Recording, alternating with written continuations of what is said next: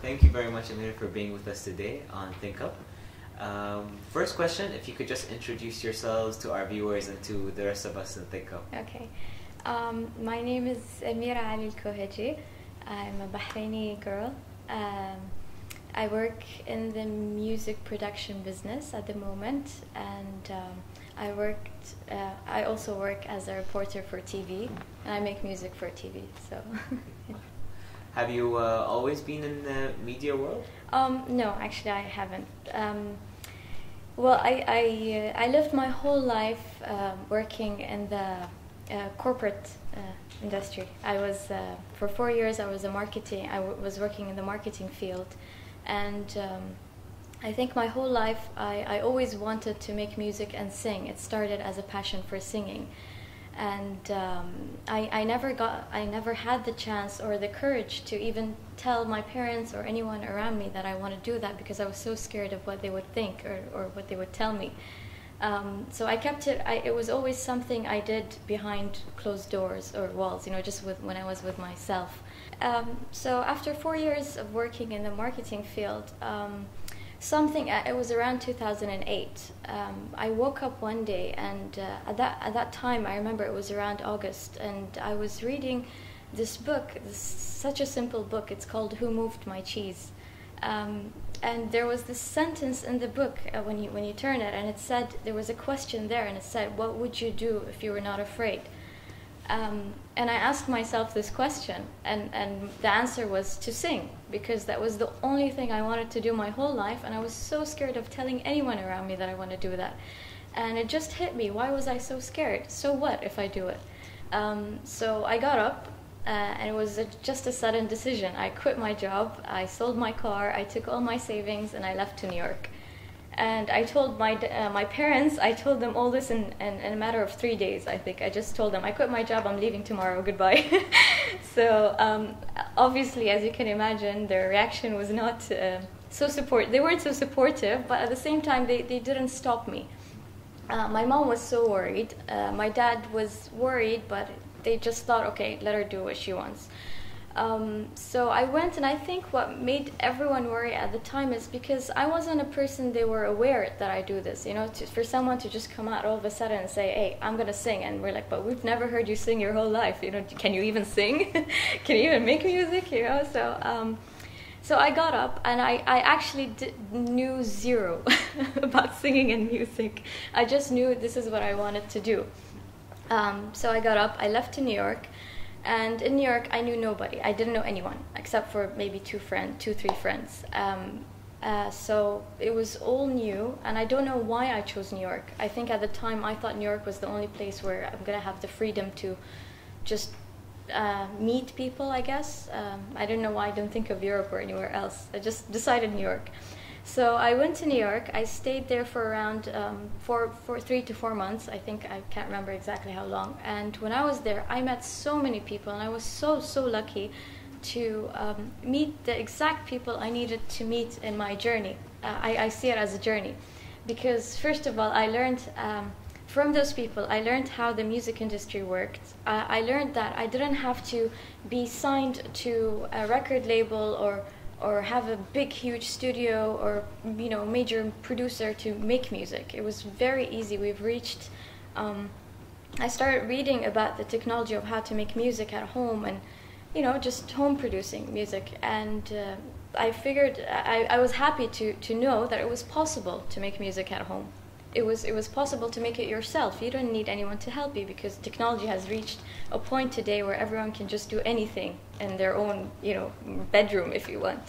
So I started reading. I started practicing. I went to lessons. I took a couple of courses as much as I can. I did as much as I can there.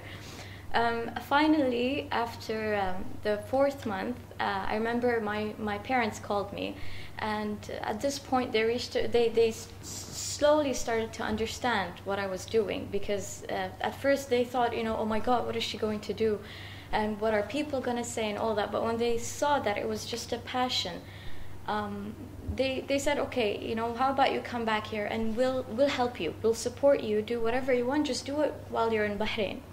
When I came back, I was not sure how I was going to do music in Bahrain, especially. But what I did is, to my surprise, is that there were a lot of people that were, let's say, they didn't have the chance to leave Bahrain, and they were here and they were doing it. That's what I came to realize. I discovered this whole society of musicians and singers and guitar players that were living in Bahrain, and they were doing what they love here, which I wasn't aware that there were people here. So I met them, and I discovered there were so many ways to do what you like in Bahrain. So from there, I met a lot of musicians here. I learned from them. I worked with some of them, and I found a way to balance what I'm doing. Is because my parents, for them, it was the most important thing was for them that don't do anything wrong while you're doing this. Do music if that's what you like, and just don't do anything wrong along the way. So I think after doing music and working with a lot of people and being in Bahrain, I came to a realization that my passion was for making music, not for fame. There's a big difference between wanting to be famous and wanting to make music and just enjoying making music. For me, I was just happy having the freedom to do that. I didn't need a record label. I didn't need any money, income coming in from music. I was just happy that I had the chance to build a studio, to make music, to learn, to just practice this passion that I had. But somehow, because I reached that level of thinking where I was like, okay, I don't need fame, I don't need anything, I just want to make music, things started happening for me. I started working with producers from outside Bahrain, and then I was signed to a record label for a while, and then I decided I didn't want that. And then somehow, because I kept studying music engineering, sound engineering, sorry, I got into the business of producing music for TV and commercials. And I got into the voiceover and doing a lot of voiceovers and commercials for TV, for radio ads. And that's how my business started. I started a production house where I do all that, and at the same time I do my music. I wanted to experience everything I want, and I was not afraid of what people would say anymore, because I already proved that I can do something from scratch.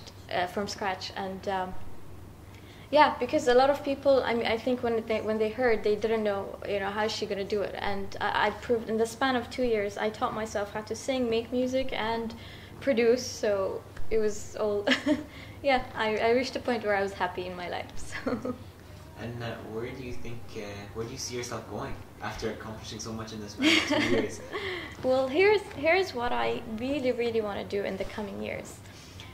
Because of what I went through and what I saw and how difficult it was for me at the beginning to do something so simple, which was just to make music, and I was so afraid to do it, I decided now that what I want to do is to open sort of not a record label, but maybe a music house where young people or young generations that don't have the chance to do what I did. I mean, not everyone will just get up and go and do what they want, because some families are different, some people might take it differently, it's a different situation and circumstances for every person.